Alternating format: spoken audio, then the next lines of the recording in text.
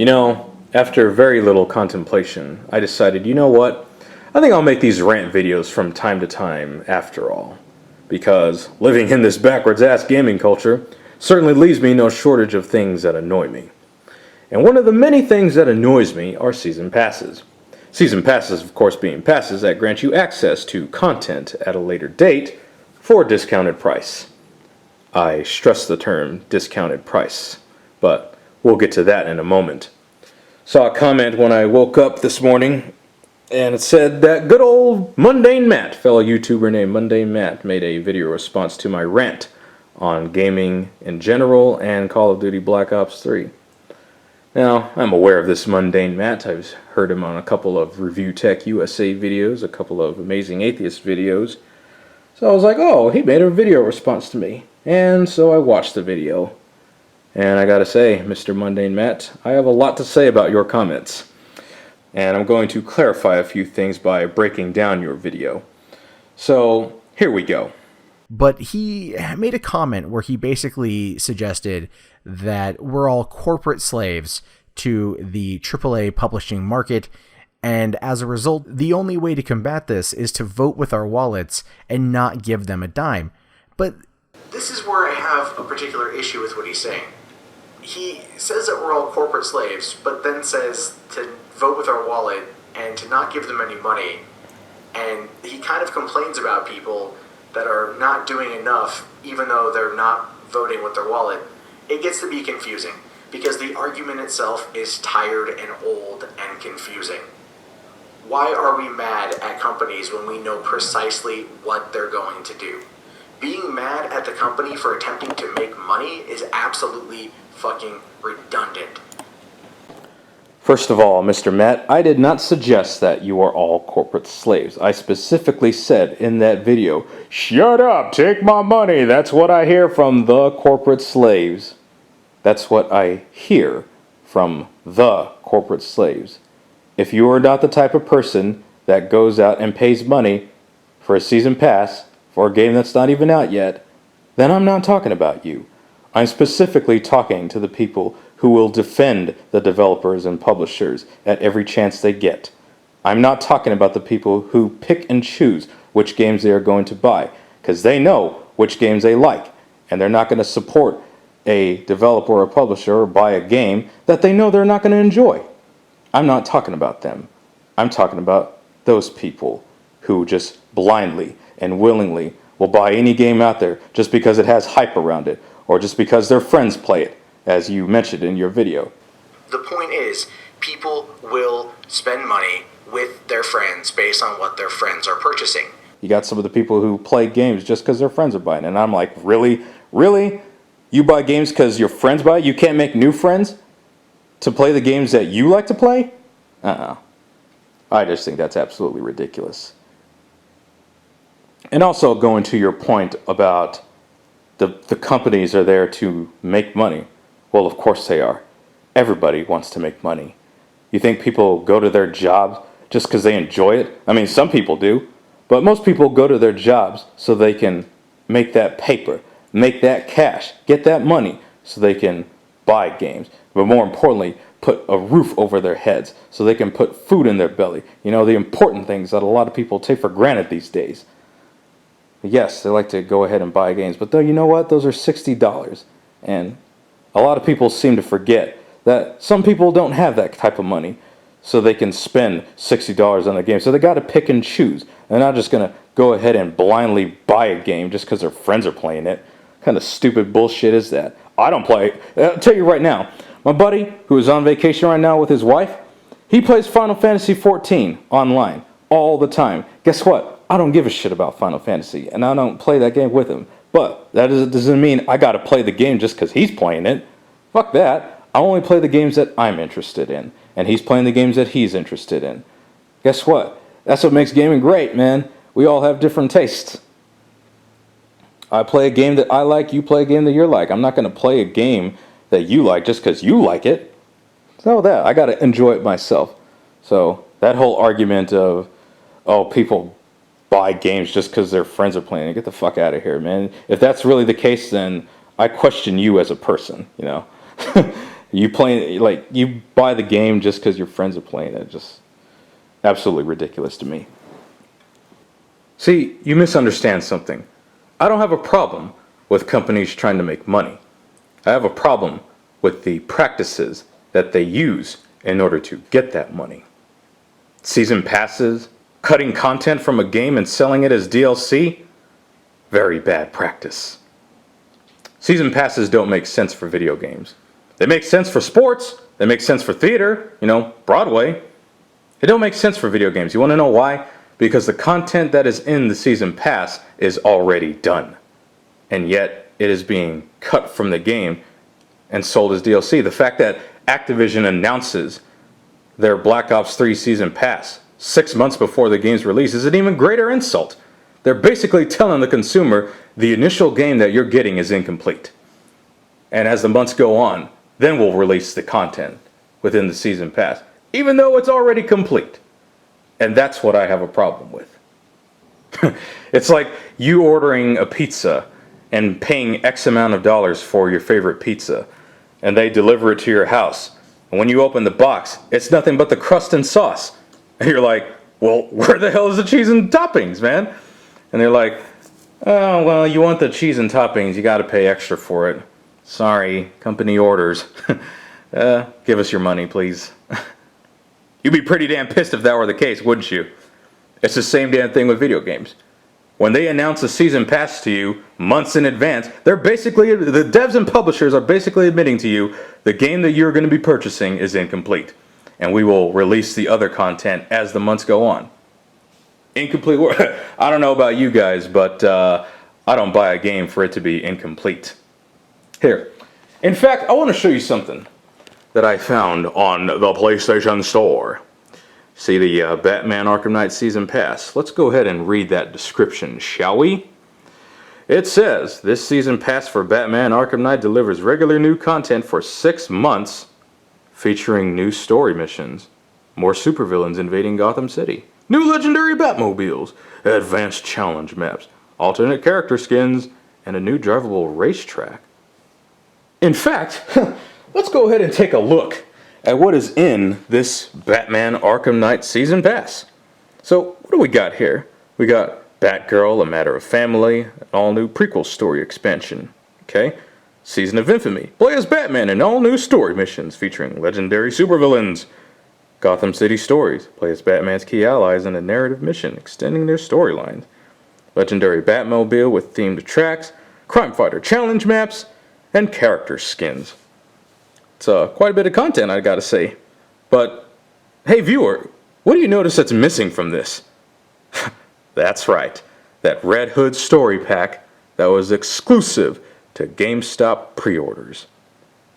So, basically, this season pass that was not included in the Batmobile edition, this season pass that was not included in the limited edition, this season pass that was available to purchase separately, this season pass does not include all of the content within Batman Arkham Knight. How does that make you feel, viewer? Knowing that either way you're getting cheated. Oh, what's that? You don't like GameStop? I guess you won't be getting that Red Hood story pack, sucker! And this is what I have a problem with. But it seems like certain people don't seem to understand that.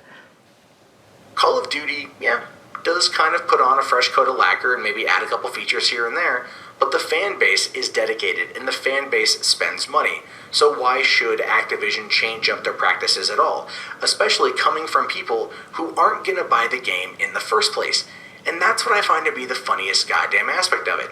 Here you've got GCN bitching and moaning about the fucking DLC season pass being for sale months before the game's release, when he himself says in the beginning of the video he doesn't play Call of Duty. So it's not going to affect him at all. Why should I care about the DLC season pass? I'm not going to be playing Call of Duty. I'm not going to be buying Call of Duty. It's not going to affect me in any way. Well, quite wrong you are, Matt. Because it's going to affect me in every way. You want to know how? Because those same practices that Activision uses with Call of Duty are now being used by other developers and publishers on the games that I do like. Take Mortal Kombat, for example.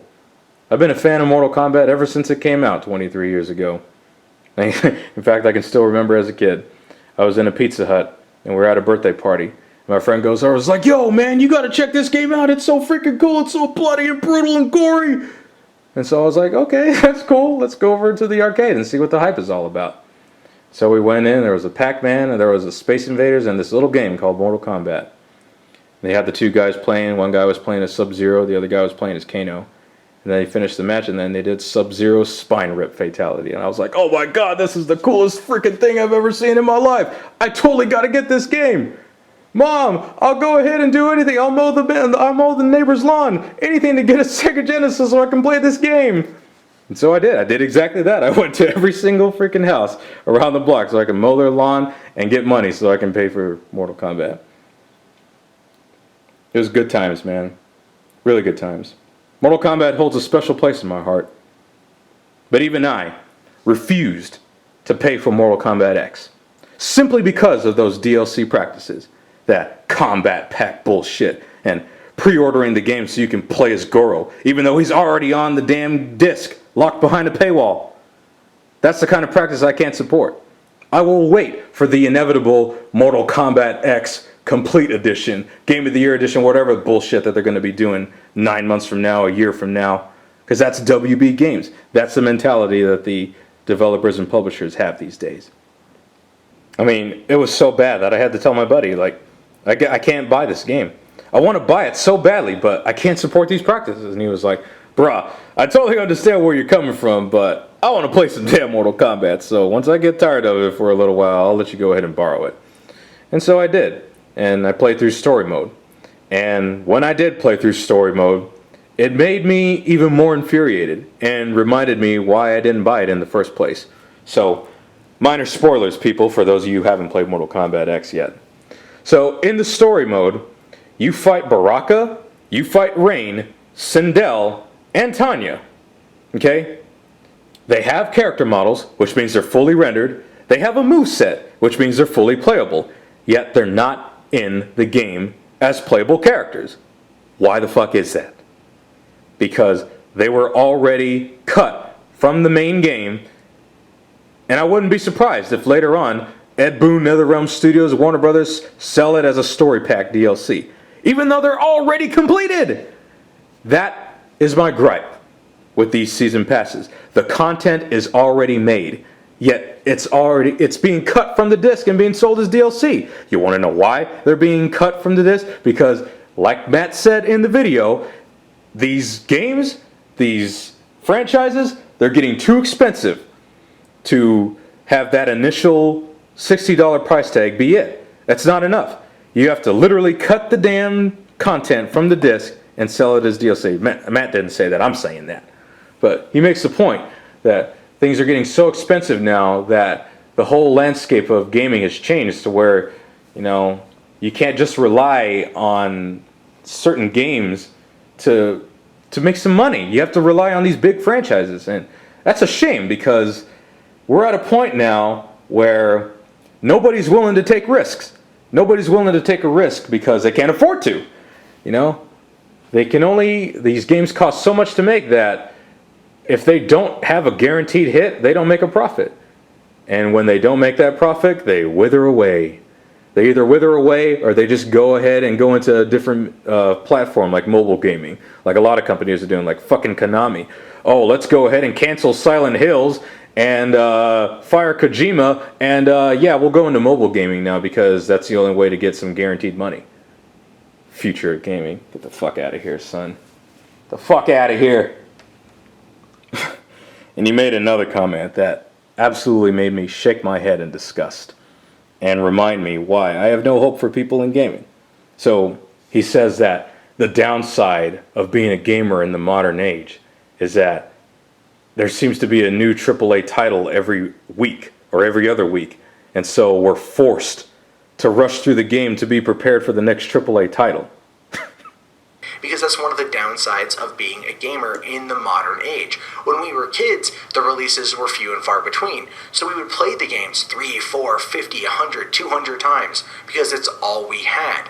Nowadays, a brand new AAA title will come out almost every single week or every couple weeks. So we're forced to rush ourselves through the games that we're playing in order to get ready for the next big release.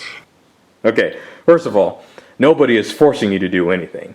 Okay? You want to bum rush through a game so you can be prepared for the next AAA title? That's all on you. I don't do that shit. And believe it or not, when we do a gaming sins video, when we first play the game, we're not looking for any sins. We're not looking for any mistakes. We're not looking for any faults. We like to sit back and enjoy the game for what it is. The mistakes, the sins, that's what the editing room is for. Okay? I like to take my time and enjoy the game for what it is. Why the hell do you think it takes a month for us to finish a gaming sins video? Because we're sitting back and enjoying the game. I mean, granted, it does take more. It takes time. It takes a lot of work. But for the most part, we like to sit back and enjoy the game.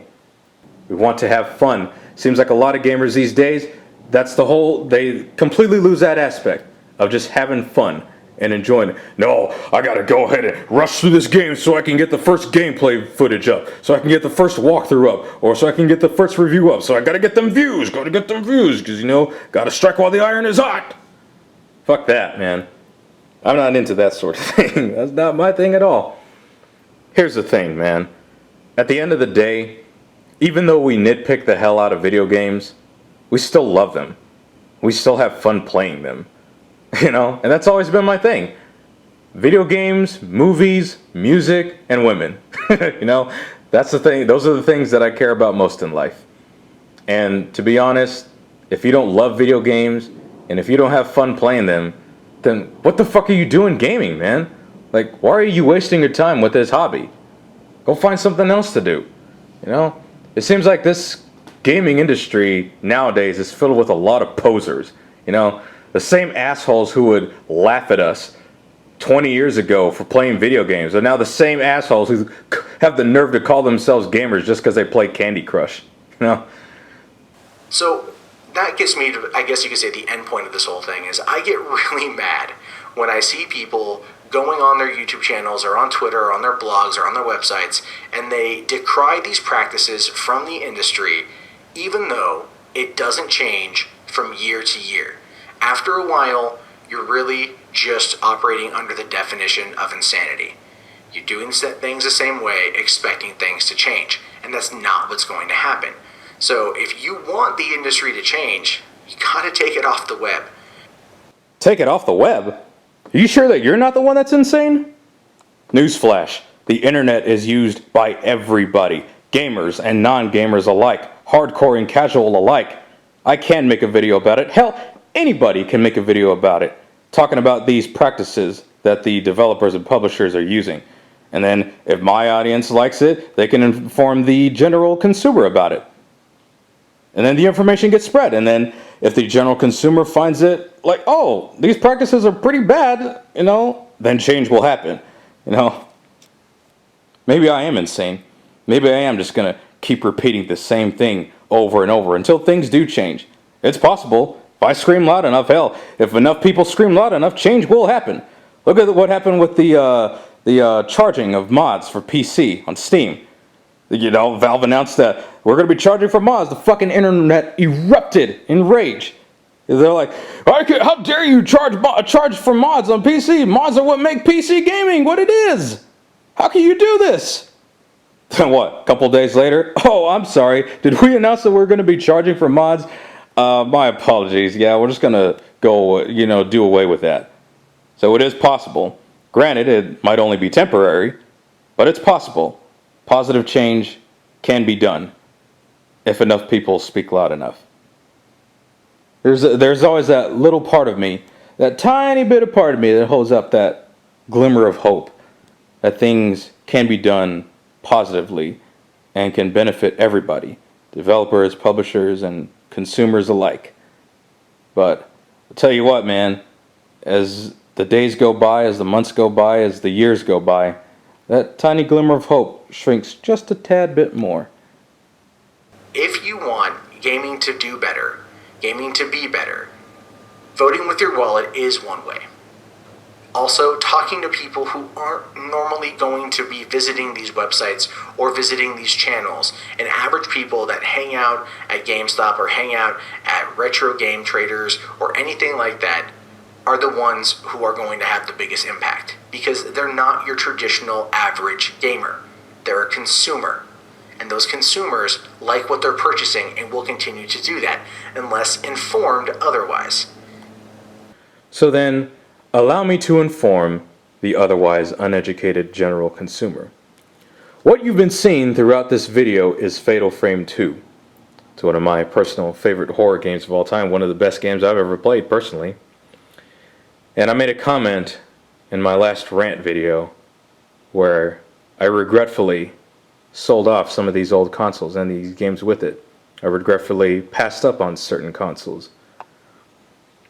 I played Fatal Frame 2 back in the day, but I never purchased it because we had this little thing called Blockbuster Video. It was literally right around the corner from my house. I could just go in there, rent whatever game that I wanted to, go back home, play it for a little bit, come back and rent another game. And Fatal Frame 2 was one of them. Never purchased it though, up until now, up until recently. See, thankfully I live near a mom and pop shop, about 10-minute drive from where I live. Sells old consoles dating all the way back to the Odyssey, and sells games roughly around the NES area up until now. It's a great place. It's called Fallout Games. It's near Tempe, Arizona. If you are in that area anytime soon, or if you live in that area, I highly suggest you check it out. It's a gamer's paradise. So I found this game, Fatal Frame, brand new, sealed. You want to know how much it was? It was $40. I dare anybody to go online right now and see if they can find a Fatal Frame 2, brand new, sealed, for that amount of price. Now I know the damage controllers will say, well, it's an old game. It came out in 2003. It's an old game. Well, of course it's going to be cheaper. This is brand new, sealed, and very difficult to find. I'd say $40 is a pretty modest price point. Anyway, $40 for Fatal Frame 2. And I look up to the PlayStation Store, and I find Batman Arkham Knight, the Season Pass, for roughly the same price. And Call of Duty Black Ops 3 for $50. Now, what kind of alternate dimension do I live in where a Season Pass that just has content in it and not a full game is the same amount of money as one of the greatest games of all time, brand new, sealed? This is a complete game. A complete game! And it was $40. A Season Pass is the same price. Now, if this sort of thing doesn't incite a little bit of rage within you, then I gotta question whether or not you're really a gamer. A real gamer. One who has a respect and appreciation for games as not only an art form, but as a piece of entertainment. It's only gonna get worse. It's only gonna get worse. Season passes, $40. Season passes, $50. How soon before a season pass is the same price as the game itself? How much content are they going to cut from the game and sell it as DLC? We already know why they do it. They do it because games have gotten expensive. They've gotten so exponentially expensive to the point where if it's not a AAA title, if it's not a guaranteed hit, they're not going to make any profit. That's why they keep churning out these Call of Duties, these Assassin's Creed, these Maddens, these FIFAs. Not so much Batman Arkham Knight. The Arkham games, I should say. As they're developed by Rocksteady, they're a pretty competent developer. But it's WB Games who is truly to blame for all those DLC packs that are already on the disc but locked behind a paywall. And this goes all the way back to that gaming crash of 1983 that I mentioned, that it seems like a lot of damage controllers seem to want to dismiss. You want to know the big reason why that gaming crash happened in the first place? Consumer fatigue. People got tired of developers and publishers releasing games week after week, month after month, yearly releases with only slight modifications, no innovations. They started to notice the poor quality in the games, and they showed it with their wallets. They didn't shell out their cash to the developers and publishers. And then those developers and publishers didn't make a profit. And when those developers and publishers didn't make a profit, they withered away. They either withered away or they went to a new platform. And what do you notice nowadays?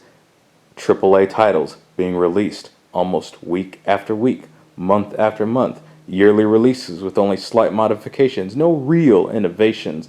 People are getting tired of the poor quality. The only difference is nowadays is that we have bigger budgets and high production quality, so the flaws are a little bit more tricky to find, but even anybody who pays even the slightest bit of attention can notice these flaws, these season passes, these DLCs that are already on the disc, locked behind a paywall, microtransactions. They're kind of ruining the gaming experience, wouldn't you say? And you know something? I've had a PlayStation 4 for almost a year now, but it's been out for almost 2 years. It's been out for almost 2 years. You want to know the only two exclusive games, in my opinion, that are any good? Infamous Second Son, and First Light if you're going to count that, and Bloodborne. That's it! Those are the only two games in the almost 2 years that it's been out that I've enjoyed. Killzone Shadowfall was mediocre. I played Knack for about 10 minutes and got bored of it. I didn't give a shit about Drive Club because I don't give a shit about racing games unless it's F-Zero or Mario Kart. Didn't bother with that, so I can't really have an opinion on that. The Order 1886 was nothing more but wasted potential. It was nothing but wasted potential. It had everything it had going for it to be something great, but no, let's just make it a fucking interactive movie with a bunch of QuickTime events. And by the way, for the people, I know that I was supposed to get that Gaming Sins video for that game done, if you're going to count it as a game. I was supposed to get that video done a couple weeks ago, but I'm telling you, man, that game is a bigger pain in the ass than I had originally thought. Okay? That game is loaded with sins, and you'll know once you watch the final video. Jesus Christ. Oh my God, it's so bad. So fucking bad. But yeah, those are the only two games. I mean, at least they got two games. Xbox is even worse. The Xbox One is even worse. In my opinion, the only good games being Sunset Overdrive. And I don't even count the Master Chief Collection, because those aren't new games. So, you know, Rise, Son of Rome, Dead Rising 3, those went to PC, so you can't call them exclusives. But then again, I haven't tried Ori and the Blind Forest yet, but that's on PC too. Like, I'm so glad that my significant other got me an Xbox One for Christmas this past year, because I wouldn't even bother with it. Like, honestly, I can't buy a system for one game. I would have just waited, you know, the next couple of years in order to get one, because, man, they're really behind on exclusives. But at least they got some stuff coming this year. You know, Halo 5, Guardians, and Rise of the Tomb Raider as far as the big blockbusters go. PlayStation 4, man, like, Uncharted 4 got delayed, and to be honest with you, I don't really care that much about Uncharted. I haven't played Uncharted 3 since it came out in 2011, so, you know, that ought to tell you something about how I feel about Uncharted. It peaked at number 2, in my opinion. You know, what else you got? You got Ratchet and Clank. You got the games that I'm really looking forward to. You know, Rime, Wild, The Tomorrow Children, Until Dawn. Everybody's gone to the Rapture. But guess what? Those games are not being released anytime soon. As of the recording of this video, they're not going to be released anytime soon. Well, you got No Man's Sky coming soon, but I don't even know if I don't even know if that game's going to be any good. To be honest, I saw that E3 trailer last year. I was like, okay, looks interesting enough, but I have not heard or seen any new footage as of late. So, you know, to me, that's a bad sign that the game's not really all that it's hyped up to be. So we'll have to wait and see. But yeah, the games that I'm looking forward to, they're months, years away from being released. And Cyberpunk, man, Cyberpunk 2077, Jesus. CD Projekt Red, please get on that. You've been teasing that game for like 5, 6, 7 years now. Please, just, like, that's the game that I'm really looking forward to. If it's ever going to be complete, it's almost a myth at this point. Cyberpunk 2077, man. Like, I've seen the behind the scenes of that game, and, bruh, like, talk about something that's going to be revolutionary and innovative and bring something new to the table. If that game ever comes to be, then that'll make my console purchase worth it. But yeah, that's where we're at, people. The bottom line is, a season pass is the same price, and in some cases, more expensive than a full-length, complete game. I think even the general consumer can find something wrong with that. Anyway, I'm done ranting. Fuck all this shit. And quite frankly, fuck everyone out there who continues to support these practices. I'm out.